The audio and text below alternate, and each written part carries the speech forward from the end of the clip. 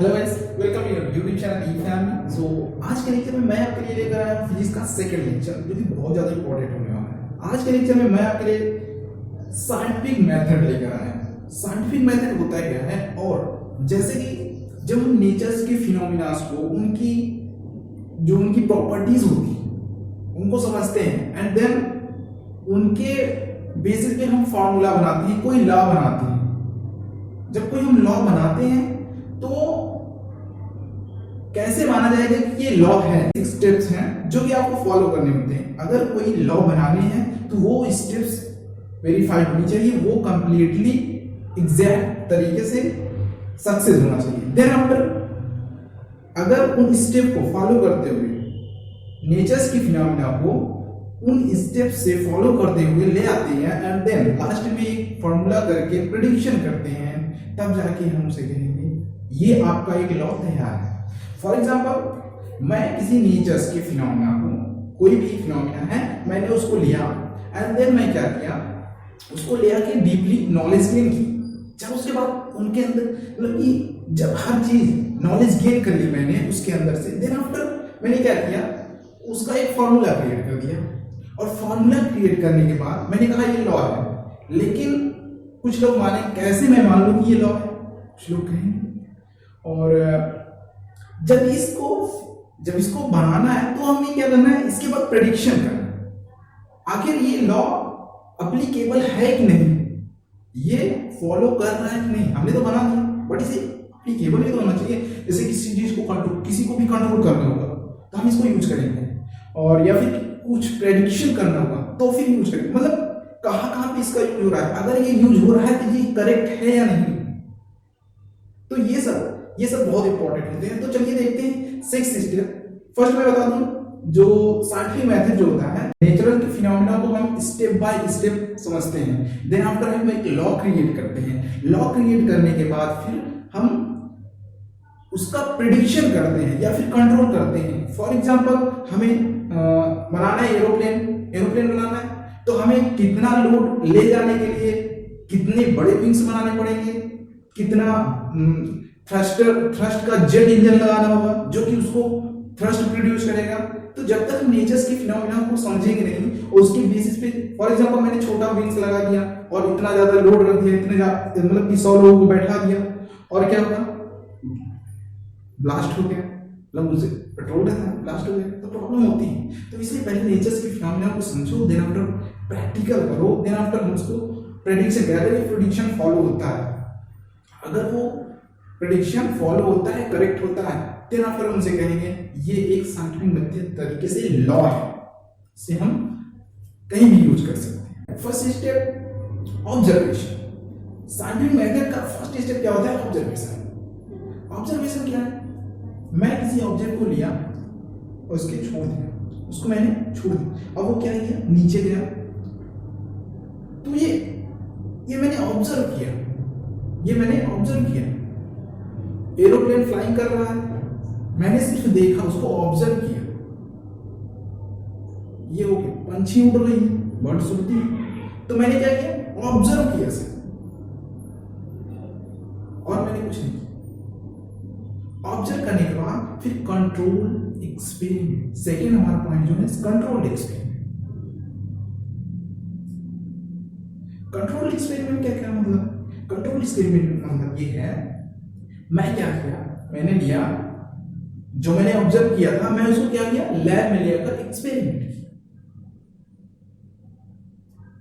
For example, falling हो रही है, वाटरफॉल देख लो, वाटर ऊपर से नीचे गिर रहा है, तो मैं उसको तो ले आ नहीं सकता, तो मैं क्या करूंगा, अपने लैब में उसको छोटा सा बना करके एक्सपेरिमेंट करूंगा, आखिर ये होता क्यों है।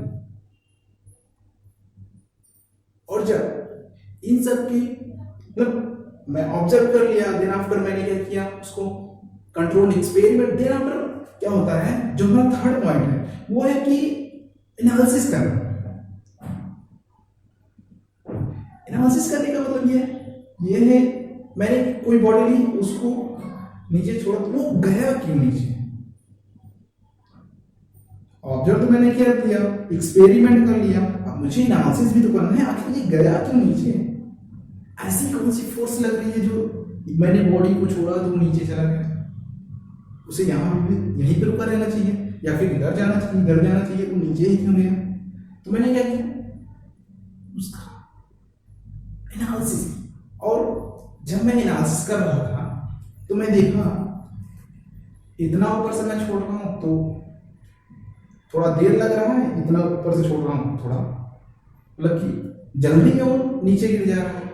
इसका रीजन क्या है? इतने में टाइम बहुत ज्यादा लग रहा है इतना ऊपर से, और इतना ऊपर से छोड़ रहा हूँ तो टाइम कम लग रहा है। इसका रीजन क्या हो सकता है? तो रीजन यहाँ पे तो फोर्स लगी, अब इतना ये देखो, जब ये मैंने छोड़ा तो ये नीचे गई, कोई फोर्स लगा तो क्या थी वो? Gravity force, gravitational force. तो वो जो फोर्स थी वो एक क्वालिटेटिव एनालिसिस थी, मतलब मैंने एनालिसिस को 2 पार्ट्स में डिवाइड कर दिया। First qualitative, then after quantitative. Qualitative क्या है? मैंने ऑब्जेक्ट फ्री कर दिया और वो नीचे गिरा तो कोई फोर्स लगी। अब ये मैं नहीं कह रहा हूं कि इतना ऊपर से इतना ऊपर, मतलब कोई फोर्स लगी जो कि उसको नीचे ले गया, तो हम क्या कहेंगे? क्वालिटेटिव। इसकी क्वालिटी है ये नीचे जाएगा। वाटर है, मैं इसको छोड़ूंगा तो नीचे जाएगा, कोई भी ऑब्जेक्ट है वो नीचे जाएगा, ये इसकी क्वालिटी है। बट जब मैं हाई डिस्टेंस से छोड़ता हूं तो टाइम ज्यादा लगता है, लो डिस्टेंस से छोड़ता हूं तो टाइम कम लगता है। तो इसका मतलब ये है, ये क्वांटिटी, मतलब क्वांटिटी में डिसाइड करो, इतने टाइम में इतना डिस्टेंस, इतने टाइम में इतना डिस्टेंस, ये इसकी क्वांटिटी है। वाटर के लिए मैंने एक वाटर लिया, एक प्लेन पर मैं जब वाटर रखता हूं तो थोड़ा सा झुका दिया उसको तो इधर नहीं चला गया। जब मैंने थोड़ी सी एंगल इसको बढ़ाई तो ये तेजी से चला गया, छोटी मतलब एंगल मैंने घटाया तो स्लो जा रहा। तो ये क्वांटिटेटिव,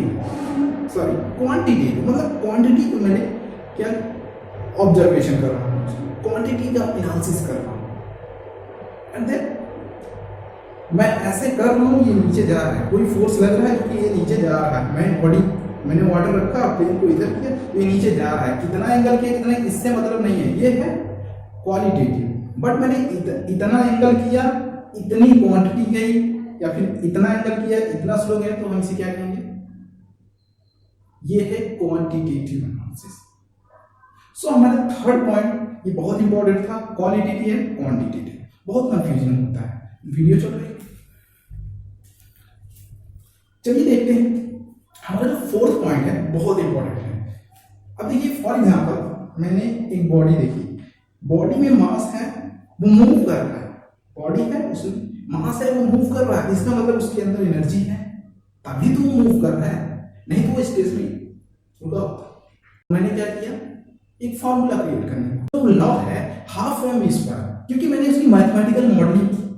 जब मैंने मैथमेटिकल मॉडलिंग किया तो देखा कि इसकी तो मतलब जो इसका फॉर्मूला निकल के आ रहा है वो हाफ एम बी स्क्वायर हो रहा है, ना कि एम वी हो रहा है या कुछ हो। तो इसका कहने का मतलब यह था कि जो हमारा फोर्थ स्टेप है वेरी इंपॉर्टेंट, मतलब हमें मैथमेटिकल मॉडलिंग करनी होगी, तभी जाके हम एक फॉर्मूला क्रिएट कर सकते हैं। एंड देन जो हमारा फिफ्थ पॉइंट है, बहुत इंपॉर्टेंट है, प्रेडिक्शन।